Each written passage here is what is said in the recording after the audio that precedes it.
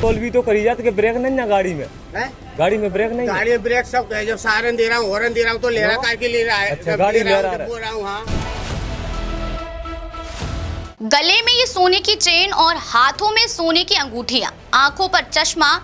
Personality के मामले में ये जनाब आपको भले ही मॉडल नजर आ रहे हो, लेकिन ये मॉडल नहीं है बल्कि विधायक पुत्र हैं। ऐसे विधायक पुत्र जिनके लिए नियम, कायदे और कानून जूते की नोक पर रहता है।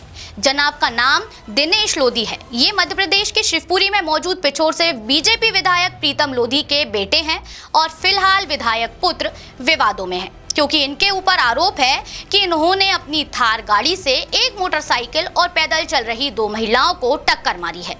इस हादसे के बाद मोटरसाइकिल सवार 3 लोगों और दोनों महिलाओं को काफी चोट आई है। गाड़ी यही है। हाँ, गाड़ी तुम पैदल चल रहे थे? आप भी पैदल थे? लोग पैदल जा रहे थे, स्कूल जा रहे थे, पीछे से आगे गाड़ी थी। अच्छा, मुंबई गाड़ी चला रहे थे, गाड़ी है ये गाड़ी खड़ी प्रीतम लोधी विधायक। नहीं तो जैसा गाड़ी कंट्रोल भी तो करी जाती कि ब्रेक नहीं ना गाड़ी में है? गाड़ी में ब्रेक नहीं है। गाड़ी में ब्रेक सब जब सायरन दे रहा हूँ, हॉर्न दे रहा हूँ तो ले रहा है, काहे के ले रहा है? अच्छा, गाड़ी ले रहा है। बोल रहा हूँ हाँ। 3 बैठे हैं बाइक पे और लहरा रहे हो। तो मतलब जो आदमी 4 और वो घायल है वो भी लहरा रहे थे, वो भी पूरे रोड से चल रहे थे।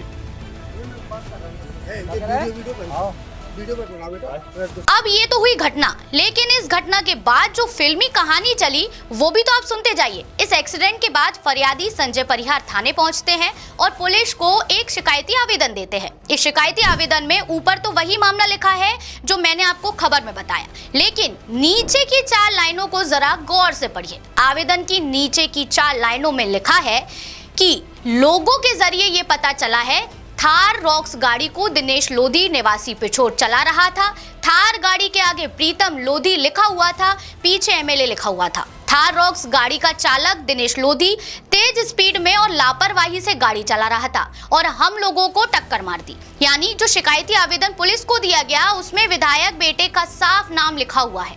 अब जरा पुलिस की वो एफआईआर आपको दिखाती हूँ जो दर्ज की गई है। अब इसे जादूगरी कहें या कुछ और, कि पुलिस की एफआईआर में विधायक के बेटे का कहीं जिक्र ही नहीं है।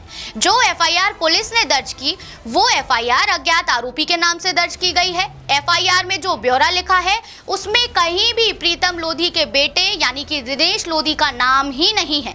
ये जादूगरी है ना।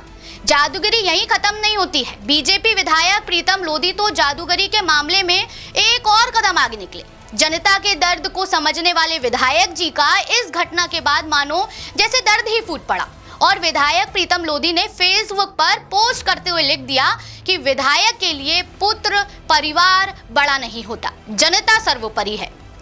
पुलिस और प्रशासन से उम्मीद है कि करेरा के पीड़ितों को न्याय दिलवाएं।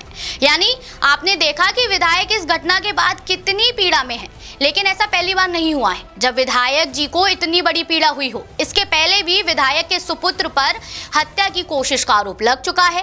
तब विधायक पुत्र ने अपनी स्कॉर्पियो से पड़ोसियों को कुचलने की कोशिश की थी। तब दिनेश लोधी के खिलाफ आईपीसी की धारा 307 के तहत केस दर्ज हुआ था। तब तो विधायक प्रीतम लोधी ने खुद ही अपने बेटे को पुलिस के हवाले किया था, लेकिन अफसोस लगता है कि उनके सुपुत्र अभी भी सुधरे नहीं हैं। इस ताजा मामले पर जब द सूत्र ने करेरा टीआई विनोद छावई से बात की तो टीआई ने क्या कहा है आप वो भी सुन लीजिए। टीआई ने कहा कि गाड़ी से कुचलने जैसी बात नहीं है, ये एक छोटा सा एक्सीडेंट था।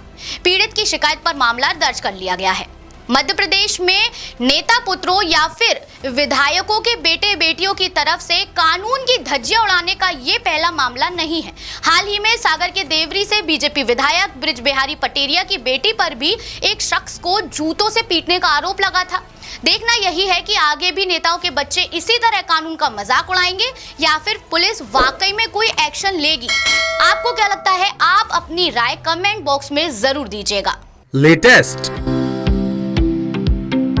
इन्वेस्टिगेटिव और इन डेप्थ खबरें देखने के लिए ज्वाइन कीजिए द सूत्र का व्हाट्सएप चैनल, सब्सक्राइब कीजिए यूट्यूब चैनल, लाइक कीजिए फेसबुक पेज और पढ़ते रहिए www.daसूत्र.com।